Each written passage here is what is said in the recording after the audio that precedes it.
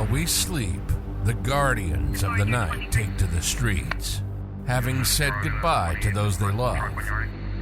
Each other knowing they may never say these words again, they face the evil that we run from. They dedicate their lives to those that would hate them because they wear the badge. They wear the badge not for the glory or recognition, but for the passion to help others. This is the LEO First Podcast. We'll talk to the men and women in law enforcement, those that have retired, those that keep the prisons secure, and anyone who's impacted by law enforcement. We'll peel back the curtain, and you'll get the real stories. The good, the bad, and the ugly.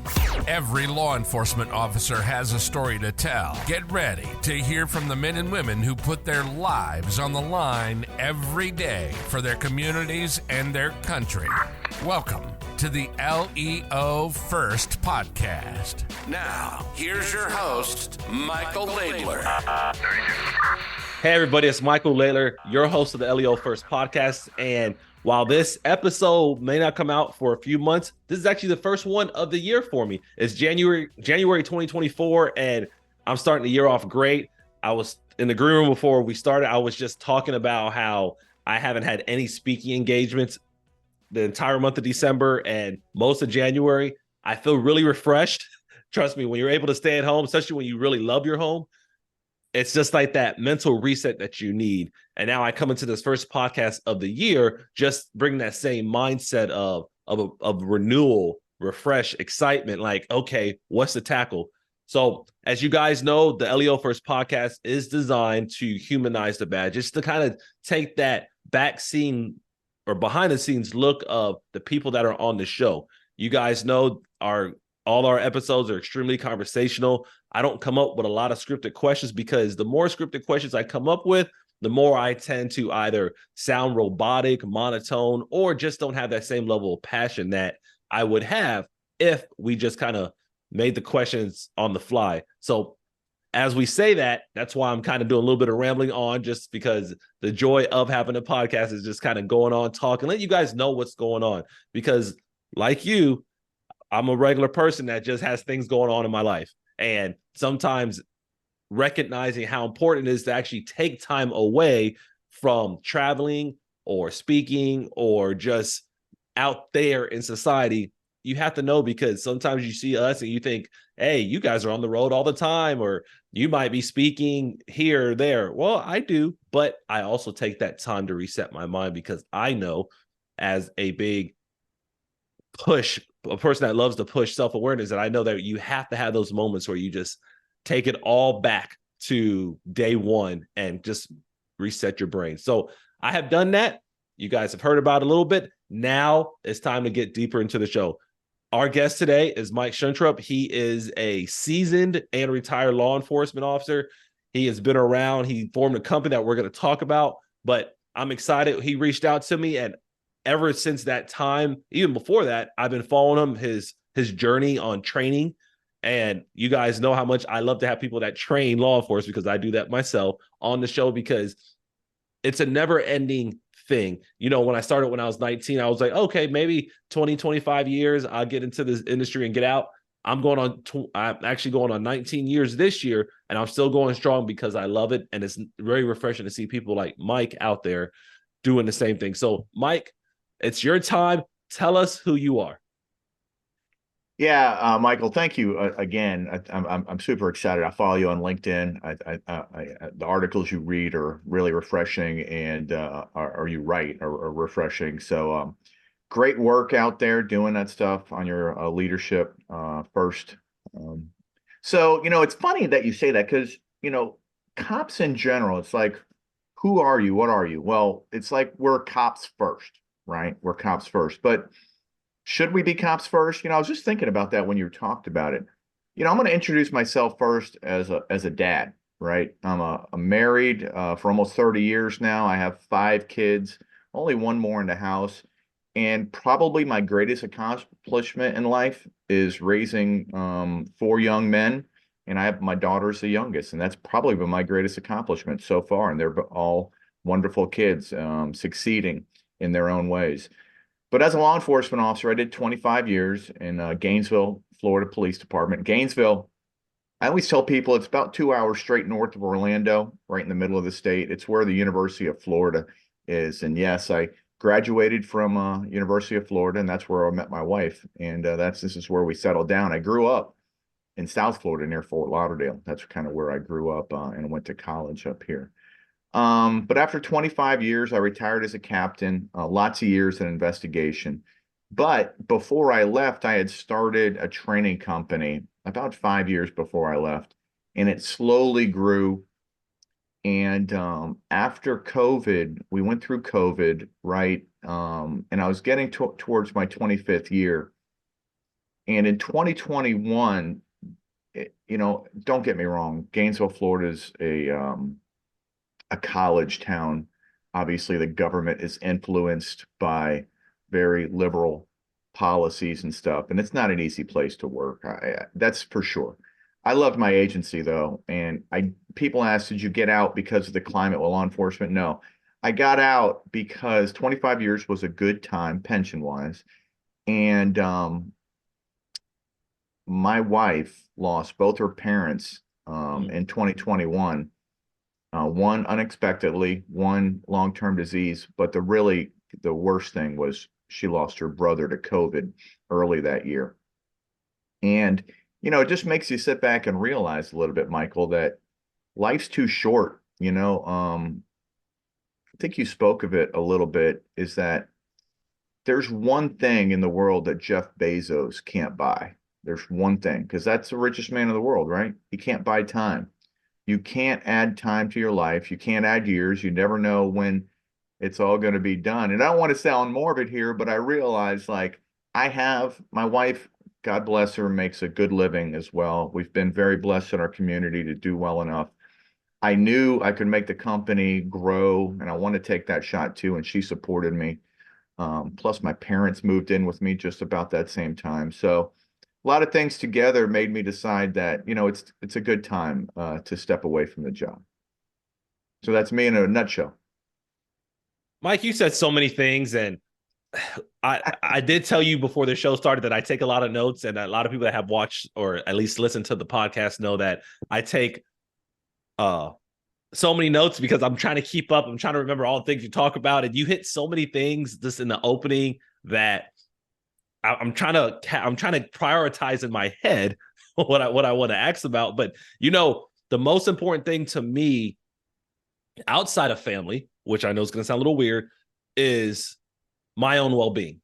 Because like you said, Jeff Bezos can't buy time, but a lot of it's our time. Like, how do we maximize that? And all the things you went through between, like you said, living in a city like Gainesville, working in a city like Gainesville, your wife going through what she had to go through with her parents or brother, and just the climate of life. It's just crazy how when you sit back and actually look at it, you're like, my life's going to end at some point.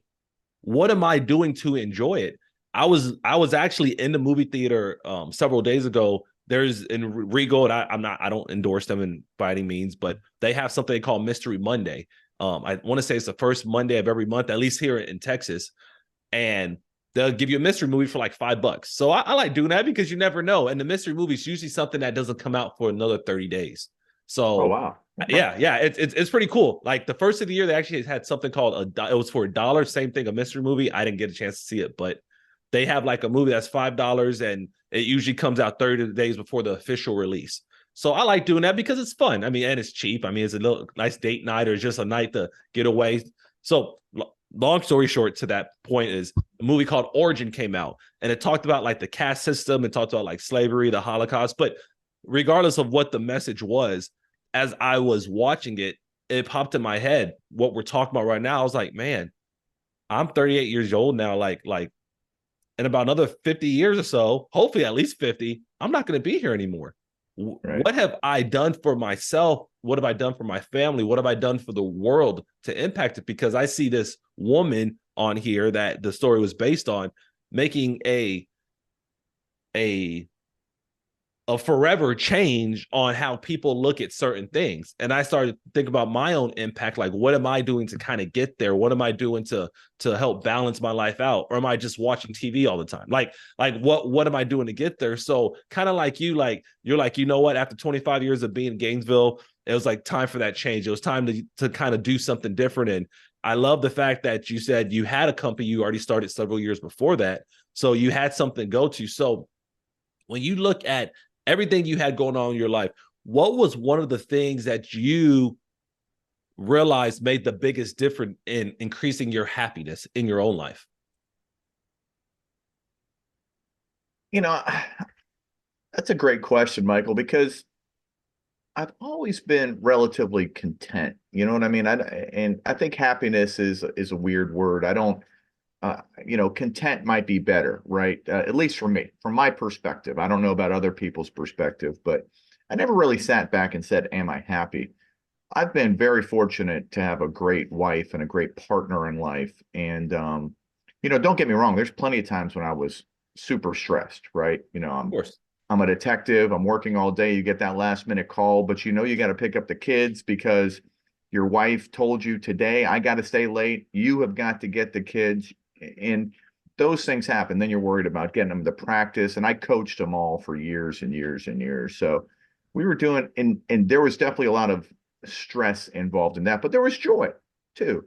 So it's always perspective. I mean, one thing I did realize, I didn't realize this early in life because I didn't know who I was, but later on in life, I realized that I'm definitely a glass half full person. I'm really an optimist by nature, and that's a blessing. I mean, it just, I tend to try to see, and now the more I've gone on, I really try to say to myself, I'm like, God dang it, I got a flat tire and we're on vacation. But then I say to myself, you know what? My spare's good. I'm in a safe spot on the side of the road. Let me think about the things that, listen, and it's so easy to keep, I do it every day. You're like, oh my God, the day's not going right. This, that, and whatever. You got to step back and you're like, nobody's out to get you. This day is not out to get you. Yeah, I mean, it's a mindset. And as soon as you click and you're like, you know what, that's stupid. This day is not out to get me, right? It's not going to be one of those days. The day is what you make it, right? And I've changed. Don't get me wrong, I've changed. I'm 53 years old, so you're a baby, Michael, to I me, understand. right? I understand. Right. That's why I'm trying to recognize this stuff early on. I'm trying. Yes, I'm trying to you're make doing people a think great about this job. early. No, I mean, because it was probably around your age, mid-30s, when I really dived into making myself better. Whether it was my first book I read was How to Win Friends and Influence People, Yep. Dale Carnegie. and then 7 Habits of Highly Effective People after that. So it was getting better myself and then trying to become a better leader. And but that's probably mid-30s is when I finally decided really dived into it as much as anything else. I just thought it was kind of just like, yeah, you know what you're doing. It is what it is, right? But it's not. It's something, it's a learned trait, and you can learn to be better, and your mindset can learn. And it's an important aspect of life.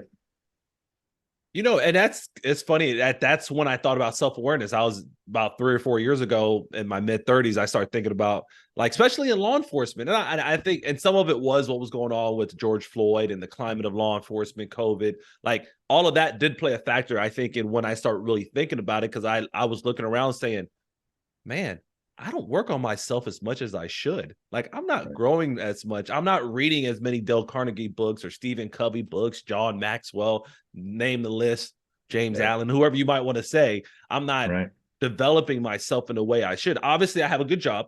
That's a given. I mean, anybody that has a government job of whether it's working for a municipality, whether it's working for the state, whether it's working for the federal government, you have at least a job you can keep. Put it that way. Like, you That's usually true. have to do a lot to get fired. I mean, realistically. So no, you're right. The battle for people, like it's crazy. And I'm going to kind of go off subject a little bit. I was talking to a gentleman not too long ago, actually about a week and a half ago, and we were just talking about salaries. Like, I wasn't talking about mine. He was talking about his. And he's a guy, he's in mid to late 30s. And he was just talking about just being happy to have a job that's making about 40 to 55 grand a year. And then I thought about like what I make and some of the things I do, and just a perspective. It's refreshing to say, hey, he's just happy to have a job. Like some people just don't have a job in general. Like people are struggling to even buy a meal. And then I kind of look at my situation, how blessed that is. Kind of like you with the spare tire. It's like, okay, the tire's flat. At least I got a car. Exactly, right? Yeah. At least Right.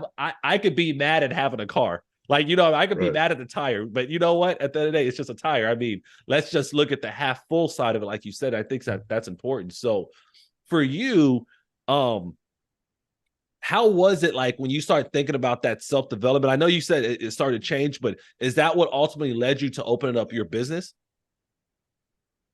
I would say no, that was there was different reasons for that. It was funny. I was a detective. I was in a major case at the time, and I went to a class, and I had just started reading. I hated reading as a kid, but for the previous 3 or 4 years, I started reading. I don't really like fiction too much, so I started reading Civil War history, and I read a bunch of books, probably like 15 or 20 books. And I went to a class. It was a written statement analysis class, and the guy pulls out a book for whatever, I don't even remember why. He pulls out a book. He's like, you want to become better talking to people, you read this book, How to Win Friends and Influence People. And I had heard of it before. I was like, you know what? That's a small book. I can read that book. And I read that book and I'm like, wow. Instantly, I became a little bit better. It taught me 2 or 3 things right out of the box to make me a better human being. Um, and then I don't know what, I think Seven Habits was my second book, and that's the one that probably hit me harder than anything else. I mean, the guy, Stephen Covey, was way before his time on stuff like that. And that's when I realized Stephen was pretty clear in the book, like, hey, you can't be a good leader until you learn how to lead yourself, right? You got to make yourself better before you can decide, oh, I want to help other people be better. You got to be your best possible person. And it taught me about blame. One of Stephen Covey's things is I was never somebody who would stab somebody in the back to climb ahead, but I will say I was somewhat jealous of other people's success, right? As opposed to celebrating their success. If they won, I felt I lost. What a mistake. I mean, I don't know how, I mean, that competitive nature, I mean, whatever it was, but when somebody else gets promoted, I should be super happy for them and then try to figure out, okay, they got promoted. What did they do? Maybe I can emulate them. Let me go ask them a few questions about how they got promoted or why did they get this job? And yes, sometimes it's not even. Yes, sometimes it's the buddy system, no doubt about it. But, we got to celebrate. And that's the thing, I think, as much as anything else, is celebrating other people's success. The more I helped other people succeed and celebrated their success, the more I succeeded. It's kind of an inverse relationship. The more you compete against other people, I think the more restrictive you are personally and you don't succeed as well. When you celebrate other people's success, and if they ask you, how do you succeed? You tell them and you wish them the best and you share everything you have, the better you become and the more blessings you have. And I don't know if it's karma. I don't know. Maybe it's just a mindset, whatever it is. I truly believe that was one of the big things that changed me probably in my middle to late 30s. Where do you think that competitive nature comes? Like, do you think that it's something that we're Mhm. raised with, the kind of like, Yeah. I'm gonna crush you so you can't get what you want? Because you're right, it happens a lot. I mean, and it's still obviously it's the nature of some people, but sometimes I find myself, even though I'm extremely self-aware of what I do nowadays, still kind of getting that in me, like, gosh, I mean, I wish that was me, or dang it, how did he or she get that? Like, where do you think that comes from? Golly, I don't know. First child syndrome. Who knows? I would say that, and some people aren't like that by nature. Now, I will say that naturally, I'm not a super empathetic guy. That's one thing I've had to work on over the years too, is being more empathetic. I don't know if that's the same though, but I mean, I was hyper competitive, even as a police officer. Like, my good friend would go have a great drug arrest, chase a bad guy down, tackle him, gun in the waistband. And I'm like, man, I need to go do that now. Now I need to go do that. Right. I'm thinking, you think back in life, like, what is wrong with my brain? So, Michael, I think, it's that self-actualization that, yeah, you still sometimes have those thoughts, but then you rein yourself back in, and you get happy for the individual, and you celebrate their success. Now, I will say, to a certain extent, it's easier to celebrate other people's success when you have success, right? Because now there's really not a competition anymore. So, but it's really a mindset. And I really do think if you can change and snap yourself into a positive mindset, not just for yourself, but for other people's successes, that's part of the growth mindset. When you read I'm sorry, I can't remember the woman who wrote the book on growth mindset, but one of them is celebrate other people's successes, right? And don't be jealous of them. I think it does make a difference. Yeah, and it was Carol Dweck in her book Mindset. Yeah. She wrote a lot about the growth mindset. Actually, in my book, I referenced it. That's why I was able to think of it right away. Well, I read a lot, but I'm not that good to just remember everything. But yeah, she wrote about it. But you're right. It is kind of like that growth mindset. I think it's a little bit in life. I think just some of the things we see, like for me, like I know I'm not good at everything, but I'm going to try to always beat myself. Like I'm always competitive with my own skill. Like I'm always trying to figure out, okay, I did a presentation. What else could I do better in the next one? What else can I do to beat this one? If I had 5 people clap, can I get 6 people to clap next time? You know what I mean? I think a lot of it comes down to competing to myself. So even when I see that other person's success, I'm like, dang, I don't think that what can I do to get better than them? What can I do to get myself better to get to that level? That's usually That's exactly right. Right. We can't control how good anybody else is, right? Or what success is. And then maybe they've had some luck and they've known some people. We can't control that. All we can control is how good we do every time we have an opportunity, whether it's a speaking engagement, a teaching engagement, working at your agency. That's the only thing we have absolute control of. It's our personal effort, right? Yeah. Yeah, and it is, and it's crazy. It's because you're right. It's just like I think about like especially being the speaking, especially really increasing my speaking engagement over the last couple of years. Like I'm always looking, I'm always on LinkedIn, I'm always on things like IG and stuff like that. Just kind of looking, seeing what people are doing, and thinking, okay, well they got to this conference, how do I get there? They got to this stage, how do I get there? I don't never really think, well, he shouldn't be there or she shouldn't be there. I'm thinking, how can I get there? Like, okay, they spoke. Right. Now it's my turn. Like, how do I go on? How do I get next year rolling? Because if they're there, they just spoke there today or yesterday, or they speak there tomorrow, they're already booked. I can't stop that. How do I get on the ticket next time? So I think it's good to have that competitive nature in ourselves to compete against ourselves. But when it starts getting to the point to where you want to see people go wrong or fail, I think that's where we go wrong, because we can't control all the factors that got them selected or help them accomplish whatever they needed to get to. Like we can't control that. And I think where we're at, you and I, in our lives nowadays, is very good because we don't see other people as negative experiences when they win. It's like, okay, they won. Let's boost them up. Let's try to even help them get to another win. And we just enjoy their experiences, because we know over time, just being the right person at the right time will help you achieve whatever you're trying to get to. I think you're a perfect example, Michael. I mean, you have people on your podcast that now people have a platform to talk about themselves and their company, right?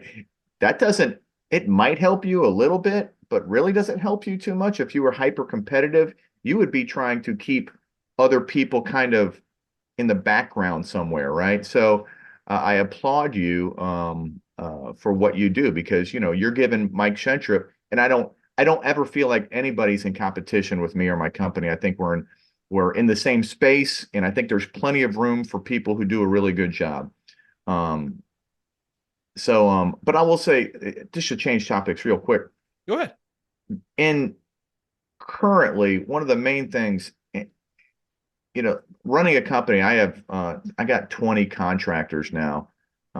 They work at different paces and stuff like that. Plus I have 2 employees, 2 part-time employees, one a staff assistant, one a general manager. So the company's growing, but there's a lot of stress on that, right? I mean, stress growing company and being responsible for all these things.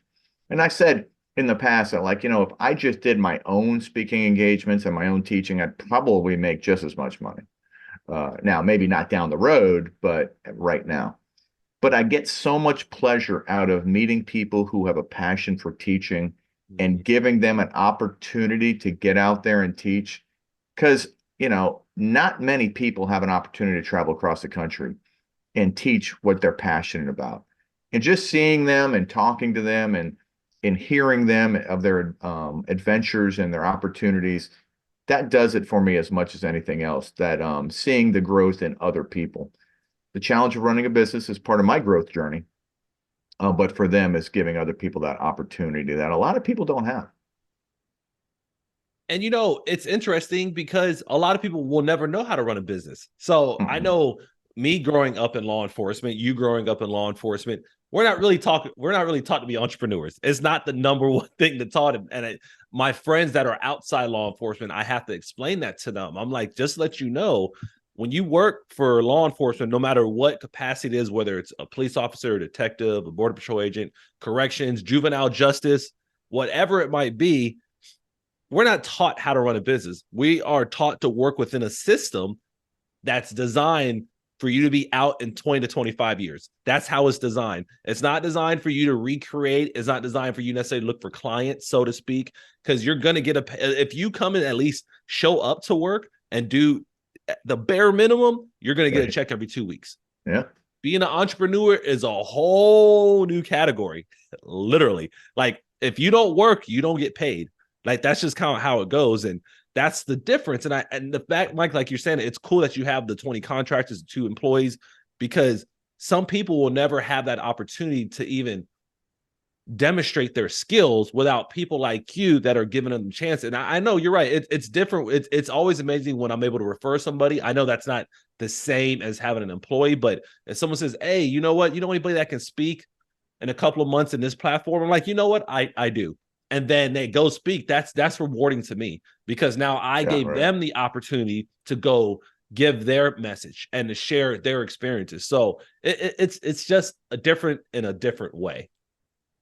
Super rewarding. And, people call me now who are young entrepreneurs or police officers who want to do it. And I basically, Michael, will tell them everything that I've done and the hurdles that I had to overcome. I don't mind telling anybody anything. Now, if they asked for my email list of customers, I draw the line there, right? But as far as giving them, like telling them all the nuts and bolts of starting a business and, what you should ask for and remuneration early on, and you have to build a client list and get on LinkedIn tomorrow, right? And start working your tail off to build a platform there. And then you see them grow and they actually listen to you, because most people don't want to put all that work in, right? But the ones who do, and you're like, then they call you up and like, hey, I got my first speaking engagement. I'm like, I just got a call from a guy the other day who we talked probably 18 months ago. The guy wrote a book. It's a really interesting concept too. He's applying stoicism to police work. So he calls him. The book is called Street Stoic, and it's a wonderful. Steve Sweeting's a great guy, and I worked with him. And we had dinner one night, and he was just eating everything up. And I'm like, here we go again. I've told so many people the same thing, and they just don't do it. Well, he did it, right? He put his head down and he went to work. He finished his book. He got on LinkedIn. He joined another person on a podcast, and he just got his first speaking engagement a little while ago, paid speaking engagement. So, and he was calling me for advice on how to ask, how much you should get paid and stuff like that. So that, to me, I mean, that's more exciting. That made my day. I will tell you, Michael, that made my day. And that's what it's all about. And I meant to say this earlier. You were talking about like the business stuff.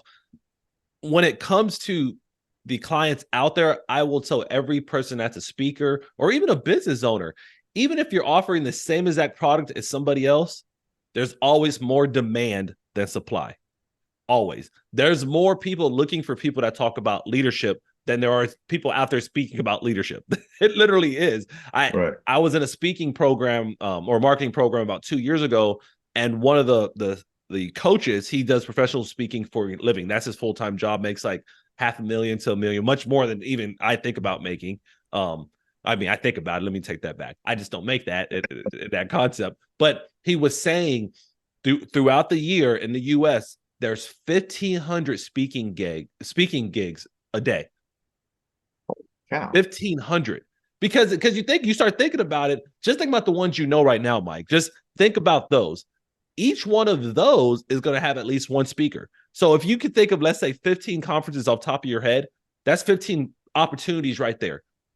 And then think about how many speakers you know. Like, there's really not that many people, like, especially entrepreneur types that go get it, that go do it. Like, there's a lot of instructors out there. There's a lot of people that speak for agencies. There's a lot of people that only speak for companies. But these conferences are also looking for actual speakers, people that take the time to build programs, whether they're an hour to 8 hours to come to their conference. So you take that same concept and you say, okay, look at the demand. There's definitely not a supply. So why be over competitive, not wanting to share your knowledge? So Mike, that's amazing that you was able to teach him, coach him, and mentor him, that now 18 months later, he has a book and he's getting paid. Like, that's cool. So so that those same kind of entrepreneurial mindset that you have now, you said you had 5 kids. Which one of them do you think are kind of going to lead in that direction as well, as far as like the business side? Like, how many have been watching you and are like, you know what? I want to be like Dad. Well, I hope all of them eventually, right? So now I will say my oldest son, he's a software engineer. So he still has a full-time job, but it's remote, and he definitely dabbles in trying to build his own thing and work with a friend to build a new thing that nobody else has built before. And he always is telling me ideas. And he's my IT guy, which makes it really great for my company too. Oh, that's good. Oh, that's lucky. Yeah, my second son, he's a head down electrician and went to college, got a 4-year degree, but wanted to be an electrician. I'm like, go for it, Bubba. Lives nearby, which all my kids live around me, which is awesome. But could he be? I hope he is. I really want him to open his own electrical contracting business down the road. My third son, believe it or not, Michael, I thought we might get to this too. He just applied for the police academy here in Gainesville. Not surprising. Not surprising. He is he just got out of the military, did 4 years Army infantry, got out as a sergeant. A lot of leadership capabilities for sure, but he is definitely an entrepreneurial driven mindset. So, he's like, Dad, we can do this and we can do that. It's like, well, we can't do nothing at all because you're not even a law enforcement officer and you weren't a Green Beret or something. So yes, go become a cop, get on a SWAT team. And in 3 or 4 or 5 years, maybe we can do something together. But he's always thinking and throwing ideas out there. Fourth son, no, I don't think he has any intention to be an entrepreneur. And my daughter, we'll see. She's just the sweetest thing that ever happened to me. So that's all that I care about. Hey, I don't care what she does in her life. Exactly. That's my baby girl. She could do no wrong, right? And the other boys and even your wife, they're like, really?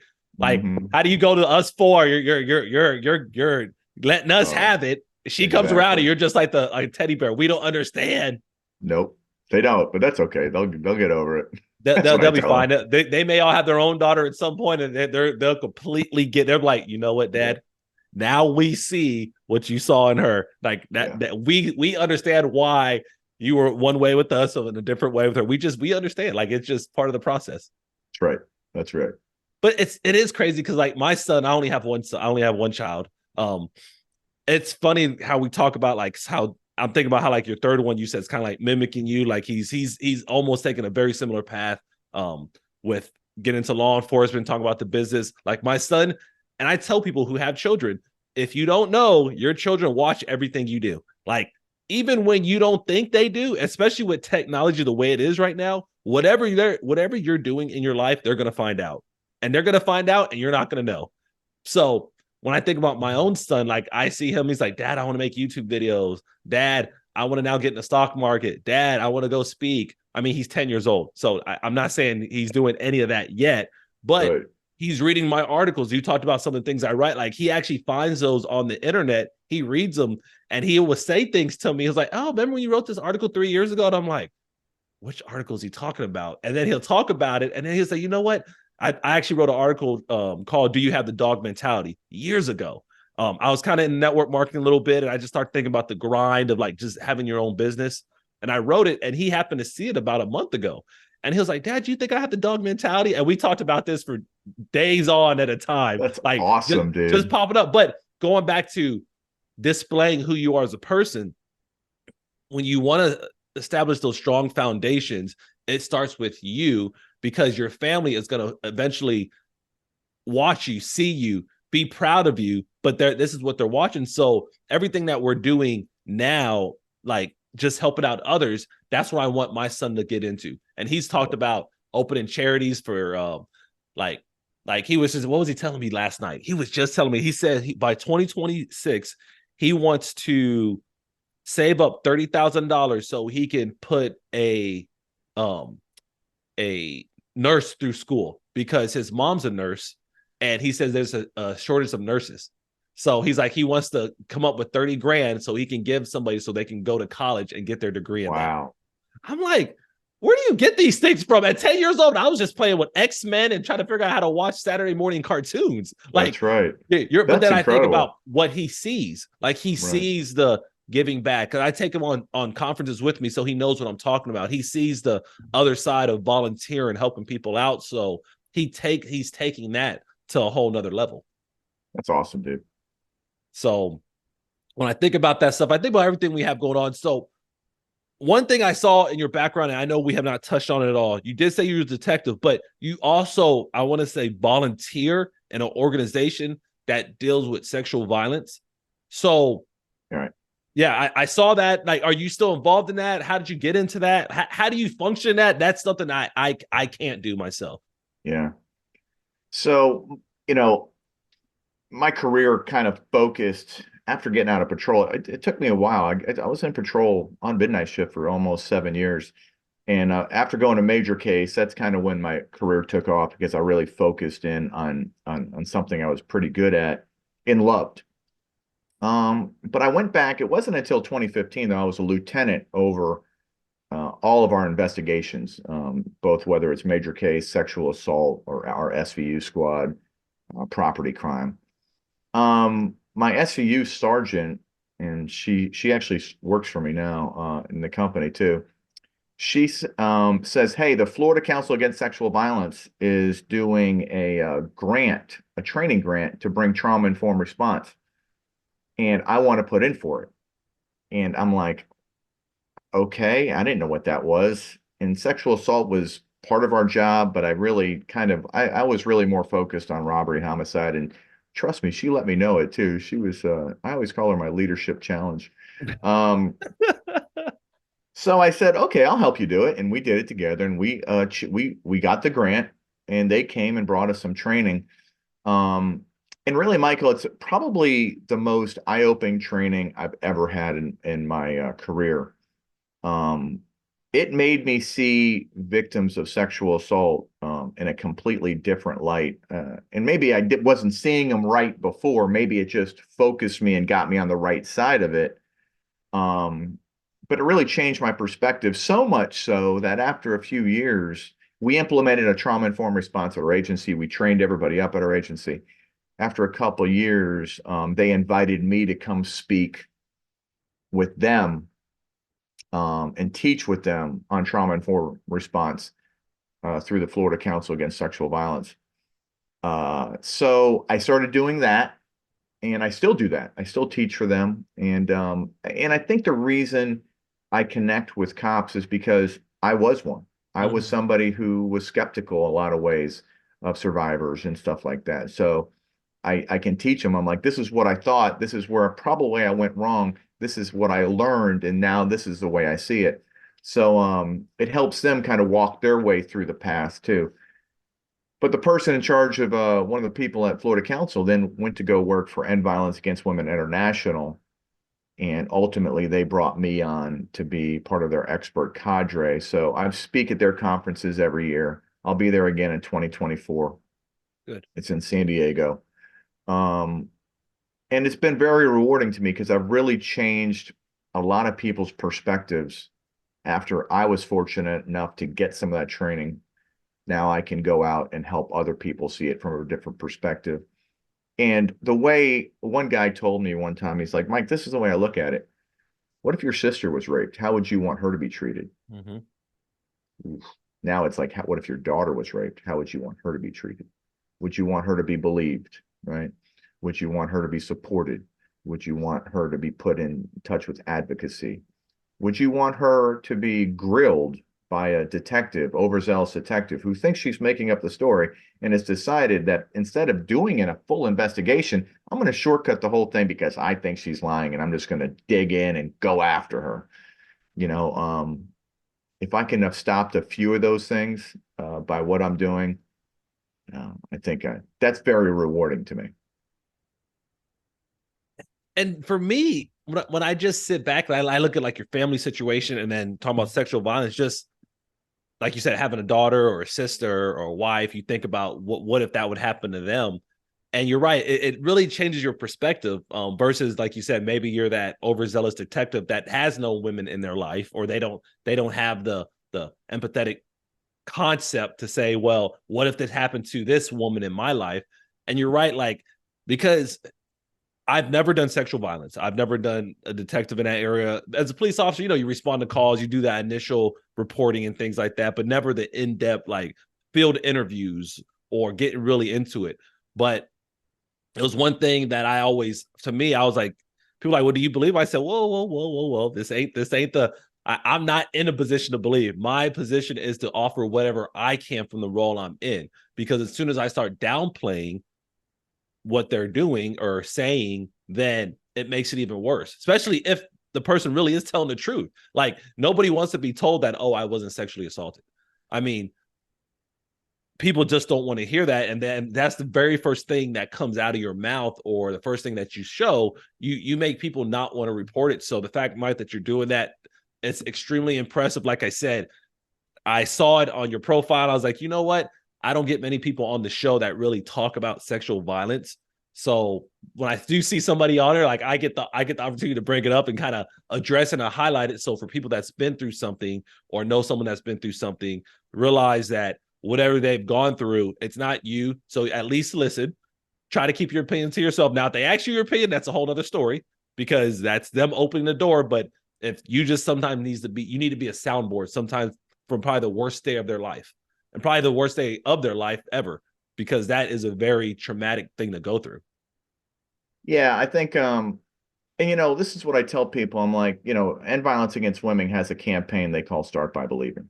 And their only point is this, is that, listen, let's start with the idea that the survivor's telling us the truth. And then we'll do an investigation. Wow, what an idea. We're going to do an investigation. We're going to collect, evidence. We're going to go find surveillance. We're going to go look for text messages and phone stuff, right? We're going to do all those things. And if after we've done an investigation, we find points that show us that maybe she's not being truthful, then yes, we have to go back, right, and address those inconsistencies. The point of that Start by Believing is that, just like you do, Michael, it's like, I'm not here to judge whether this is true or not. I'm here to be a neutral arbiter of fact. I'm going to write down the account that you gave, and then, I'm going to pass it on to the detectives, and they're going to do an investigation, right? And the other thing about the neurobiology of trauma, which is the one that really hit me as much as anything else, is that when you go through a hyper traumatic event like rape, your memory is not going to be great. Your timeline is not going to be great. And we expect people to be like, when did it start? When did it end? When did this happen? I want it. And they don't think like that. They don't recall like that. And then we look at that because we're taught in deception detection, we're taught like, okay, how can she not remember that? And why is her timeline so like over here, then she jumps back over here, then she's in the middle, then she's over here? And why didn't she talk more about the rape? So my Rebecca, who I talked about when we co-teach, she does this. You'll love this, Michael. She says, all right, guys, everybody right now, look to the person to your right, make sure it's a stranger, and tell them right now your last sexual experience. Go. And everybody's like, what are you, crazy? I'm not going to talk about my last sexual experience. But we're asking a victim of rape to do that openly and without any hesitation, talk about a sexual event that, a rape right? And then I'm thinking to myself, God, she's so smart. I'm like, why would I expect somebody to just be able to regurgitate the worst sexual event possible? Um, so a lot of insight that we pass on. And it sounds like, Michael, you're probably one of those folks who probably did it right from the get-go, but there's a lot of us who didn't do it right from the get-go. But if you have a little bit of an open mind, they learn. And like, I wrote a article called Confessions of a Major Case Investigator, talking about the mistakes I made early on in my career in sexual assault investigations. Because I just didn't know, I just didn't know. Yeah, and it takes time, I think, for all of us to kind of understand. Like I said, I think growing up, just seeing things I've seen, like just living different places, just growing up, um, just with different experiences, it was almost natural for me to say, hey, you know what, I don't have time to judge this story. I don't want to do it because it's not my role, not my place. And if I do it, it's going to take away from whatever else is going on. So let me get the facts, pass it along, and keep it moving. I can't remember what I did to get ready this morning. So not adding a traumatic event to go with it, you're like you're saying, Mike, to just say, well, how do you know not what happened or why are you not talking about this? Hey, that's like you said, the brain blocks things out. Your brain protects you for a reason. And sometimes those traumatic events, the little details that you think a person should know because it happened and you didn't want it to happen, your brain's saying, you know what? I'm going to just hide this for a little bit when I think you're ready. It's just because if they're not important. Just one more point, and I know let's talk about something else, but one more quick point. Think about how many, officer involved shooting, right? Mm-hmm. We have officers, obviously a pretty traumatic event, enough to where you have to kill another human being. How many cops know how many gunshots went off? How many times they pulled the trigger? Yeah. How many cops remember actually pulling their gun out of their holster? Almost none, because those things weren't important.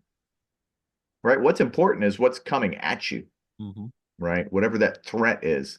So anyway, and I say that so I can put it in a perspective that cops are like, oh yeah, that's true. Oh, now I get it, right? So, yeah, that's what your brain does. Yes. Yeah, that's what your brain's doing. It's designed to make you focus on exactly what you need to survive. Exactly. All the little details. You'll get them at some point. It might be an hour, it might be a year, but it'll come back eventually when your brain says you're ready. Your brain will tell you you can't control it all, unfortunately. Right. So it's just part of the business. So to kind of jump to another thing, because as we get shorter on time, I want to make sure we talk about this. Tell us about Advanced Police Concepts. Tell us about what you're doing in that company, like what you're focusing on, what the big goal is, like what is your destiny to make it the next Jeff Bezos company? Talk to us about it. Yeah, probably not, even though I'd like that yacht he just ordered, the 400-foot sail ship that they had to tear a bridge down for to get it out of the Netherlands. No, I don't have any. So I started in 2016 just for myself, just because you could bill a little bit differently. That's a funny thing. I just learned I could charge a little bit more to the local academies if I had a company as opposed to just them paying me their set rate. So that was my initial idea. And then I brought my buddy John Rappa on because I've watched him. He was a detective for me, and I've watched him interview for years. And I know he has the heart of a teacher, and we started teaching together a little bit. And John's Rappa, if you ever see him I'm sure you've probably seen him on LinkedIn. His stuff is outrageously good. So he was the first one to I contracted with. And then I saw all this talent at Gainesville Police Department. I'm like, that person's really good at this, and that person's really good at something else. Let me bring them in and let's start doing some classes on this. So our first classes were on investigation, report writing, death investigation, and interview and interrogation. Most of it was at police academies, and we had a few agencies. But as we've gotten bigger, now we go out. After last year, we've been in 20 states in person in 20 different states, from Colorado all the way up to Massachusetts. So in Wisconsin and the Midwest. So all over, of course, the Southeast, covered the Southeast.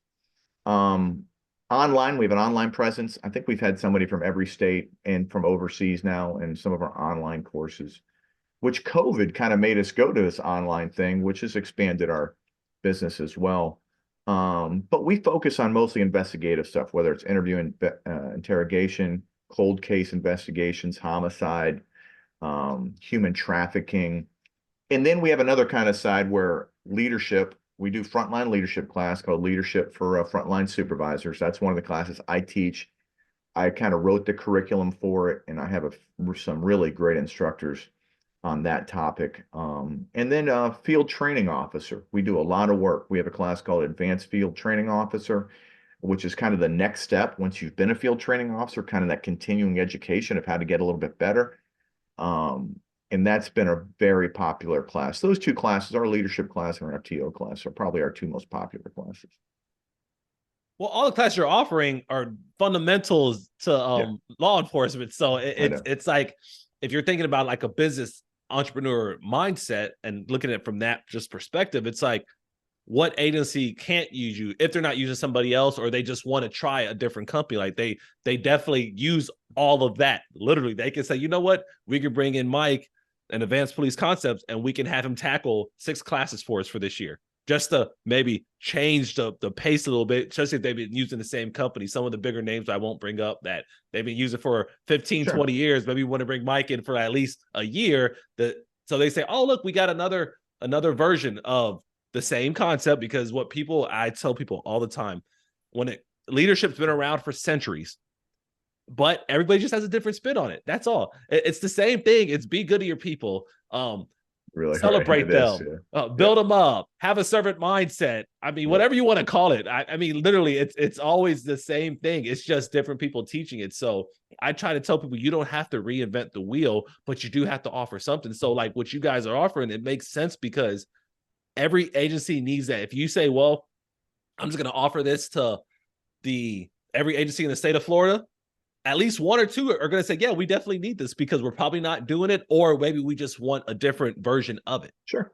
So obviously what I think a lot of people struggle with early on, especially entrepreneurs, business owners, is that first year or two.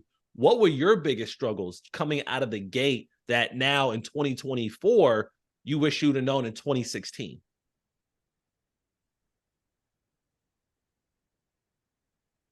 That's a really good question. Like, if I had to go back and change something that I did, I don't know that I would, honestly, because, I was still a full-time employee. I was a lieutenant, then I got promoted to captain. That first year in 2016, I only had 2 classes, only 2 people, one in August and one in December. It wasn't until 2017 that I kind of, what I did is my New Year's resolution for January 1st, 2017 was to work 1 hour every night when I got home, at least 1 hour, work 1 hour, sending out emails, working on LinkedIn, sending out connections, developing a Facebook, sending out messages to people I might know in other areas that when I've attended a class here or there, and just reconnecting with folks. It really just comes down to effort, Michael. That's kind of how it started. And we got our first pretty good gig, which turned into another gig, which turned into another gig. Last year we had almost 100 classes. So that's like 2 a week across the country. So pretty good. We're shooting for 125 this year, and I think we'll get there. We'll probably have been in 30 states at least, probably by the end of this year, in person. So, and I'm adding instructors and stuff too. So I think it just has to grow organically, right? It just has to be more work. You have to learn things. You have to reach out to people like you or people like me and say, hey, how did you do it? And then people like me will share like, oh, listen, have you thought about this yet? Have you started your LLC? Well, why do I need that? Well, I'm telling you, it's a pretty good idea on the tax savings on the back end for the way you do this, that. And they're like, oh, well, that's okay. So let me go do that. Right. I don't think it could have been a lot different just because it took time. And the funny thing is I was probably ready to step away maybe a little bit before COVID hit, and then COVID hit, and we didn't have any classes right. And I'm like, man, thank God I didn't stop working. Right. But it's kind of one of those blessings. COVID hit, and next thing you know, my buddy says, hey, we should do some online classes. I'm like, let's do it. So we started an online platform. And so that's been good for us too, right? So I think just hard work. I think just hard work, and obviously I tell everybody who's starting a business, get on LinkedIn. That's your number one goal, is to start, having a presence on a platform that actually makes sense. Facebook is great, Instagram, whatever, who cares? Now, if you're really good and you want to be on TikTok, depending on who you're looking at, that's great. But LinkedIn, to me, you can share articles, you can comment on other people, you can have conversations. You can really build your brand there as good as any other place. So I guess that's a number one tip for me, is get on LinkedIn. And I love what you said. Your 2017 resolution was at least an hour a day. And what people don't realize is that's a lot to do in an hour. Like, obviously you couldn't do every single one of the things you named, but doing something to work on your business consistently. And once again, where I wanted people to hear is 2016, although you started, you had 2 classes. Okay. That kind of got you going. That got the moment. Cause that's how it starts. Like unless you're just lucky or just really just luck, you're going to have very few classes your first year. I mean, you're going to have very few trainings, very few speaking gigs, because to be an entrepreneur and you're actually going on your own name, it takes some time to build up. And some of the people that say, well, this person came out the gate, I said, but maybe they were the commissioner of this agency, or maybe they were the director. But then you start looking at, I said, they've been working on their brand for 20 years. They're getting it based on that title. Now, can they translate that to a profitable business? Which I think that's what confuses people. They say, well, the chief of police of this large agency, they got to go speak on stage. But I tell them they're not getting paid any extra. Like, that's part of their job. Now, can they go into retirement mode and go speak on that same stage? It all depends. If they've been building a business, yes. But if they just say, well, I retired as a chief, next year I'm going to be speaking at IACP, that's not going to happen. That's not how that works. So the fact that you realize that you had to work on it consistently, I want people to hear that. Like, it takes time to get there. It takes going through the ups and downs. Like, right. What you're doing now is obviously an accumulation of what you've done 5-6 years ago. That's now coming to fruition. Like, it's not like you said, the first year you taught 2 classes. Obviously, if you were doing 75 speaking or 100 speaking gigs in the first year, that would have been something that just astronomically impressive. But a true business takes time. And it's good for people to, you're not just going to get there. So that's why I tell people that, they say, well, you have time left before you can retire from law enforcement. I was like, yes, but once I get into that retirement mode, I don't want to start building then, because I'm going to be behind the advanced police concept companies out there, the Michael Layler Unlimited, that's been working on their company for 15 years. And, people will pay more or decide to book you if you have a track record, or you show that, oh, I've been around since 2016. They're like, oh, okay, that's better than someone that's been around since 2023. They don't know how many clients you have. They just know you've had an established LLC, an established corporation since 2016. And I think that's what we have to try to get entrepreneurs, especially law enforcement officers, to kind of realize, like, you need to start now, even if you're thinking about something 15 years down the line. And I find most people don't want to put the work in, unfortunately, Michael. They want to, I've had a lot of people say, hey, Mike, I want to come teach for you. Okay, I need you to do this, this, and this. Do you ever think I never see this, or this? Yeah. They'll send me their resume. Well, I need you to send me a lesson plan on what you might want to teach. Oh, that's going to put an effort, because I tell people, I'm like, you're going to come teach for me. Don't think you're going to become wealthy.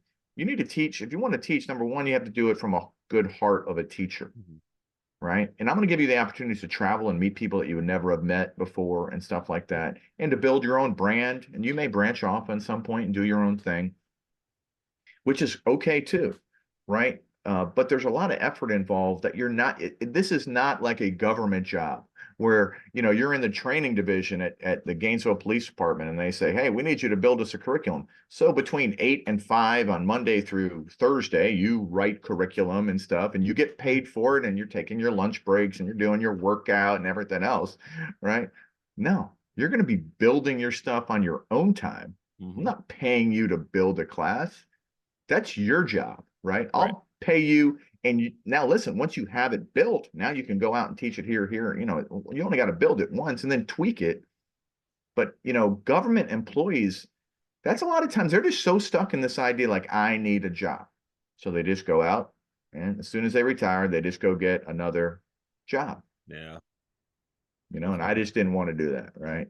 I had this opportunity and my wife supported me, and I'm blessed, right? Because your pension gives you a nice cushion, right? Because Correct. I can almost live off between my wife's salary and my pension. My company doesn't even need to make any money. Mm-hmm. It does, but it doesn't need to. But it's given me time to reinvest a lot of that money back into the company too, to try different things to build up. So it's work, Mike. I mean, Michael. I mean, think about it. You're doing this on your off time. You've spent your own money to build your studio. Mm-hmm. You write your articles on your off time. Correct. Now all those things. That's just effort you've put in that a lot of people would rather just watch Netflix. And God bless them. Or they might going to want to go work an overtime assignment. Cops have plenty of opportunity to make overtime. Normally, most agencies, right? They just work an overtime assignment, make a little money. That's fine too. God bless you. I just didn't want to do that. Yeah. And I used to be that person. I used to love, I'm gonna go work a detail at a club, or I'm gonna go work a detail right. in the library parking lot, playing on my phone or something like that, or reading a book. I mean, and that's no problem with that. However, Sure. like you said, if you want that business, it's not a, like you said in 2017, what people have to understand is, you didn't say you're doing that an hour at work. You were doing that. You had to figure out an hour once you got home with the kids and the wife and everything else, to squeeze in an hour somewhere, which probably meant one less hour of sleep. That's probably what it really meant. That's what it meant. Yeah. To the minimum sleep you already had, the one Right. less hour for that, to kind of focus. But I tell people, most of us actually have that in our schedule. We can do it. It's just, are you going to do it? I mean, you can. You trust me. You have the time. It's just, are you willing to sacrifice that hour of Netflix to build a business?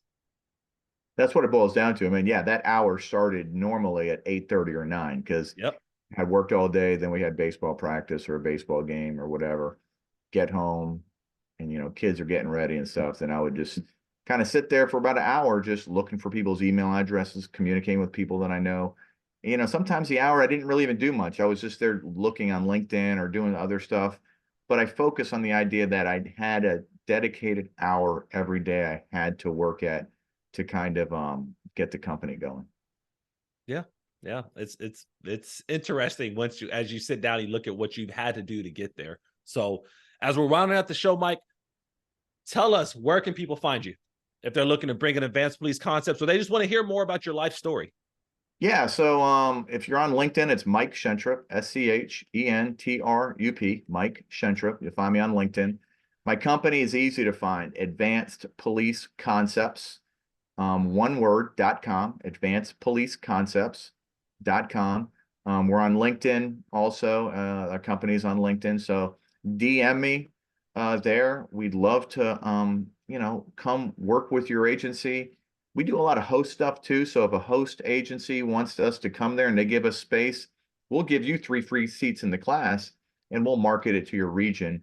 And we've really been successful doing that as well. So if you had an agency wanting to kind of bring some free training and kind of and work with us to get the word out to your community or your region about some great training, whether it's cold case, homicide, interview and interrogation, reach out to us. You can reach out to us through the website or find me on LinkedIn.